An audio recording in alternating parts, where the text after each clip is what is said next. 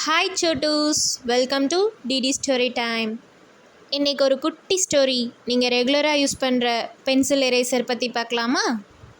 ஒரு நாள் ஒரு பென்சில் திடீர்னு ஏதோ ஒன்று தப்பாக எழுதிருச்சான்.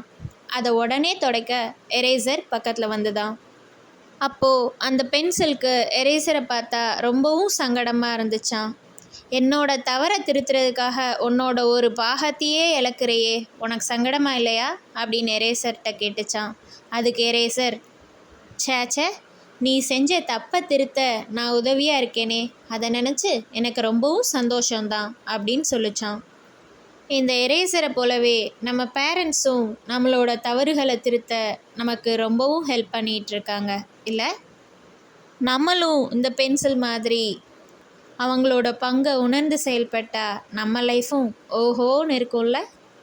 எப்படி பென்சிலோட தப்பை திருத்துறதுல எரேசரோட ஒரு பார்ட் அழியுதோ, அதே மாதிரி நம்ம தப்பை திருத்திட்டு இருக்க பேரண்ட்ஸ்க்கும் ஏஜ் ஆகிட்டே தான் இருக்குது. ஸோ பேரண்ட்ஸ் திருத்துறத நல்ல விதமாக எடுத்துக்கோங்க.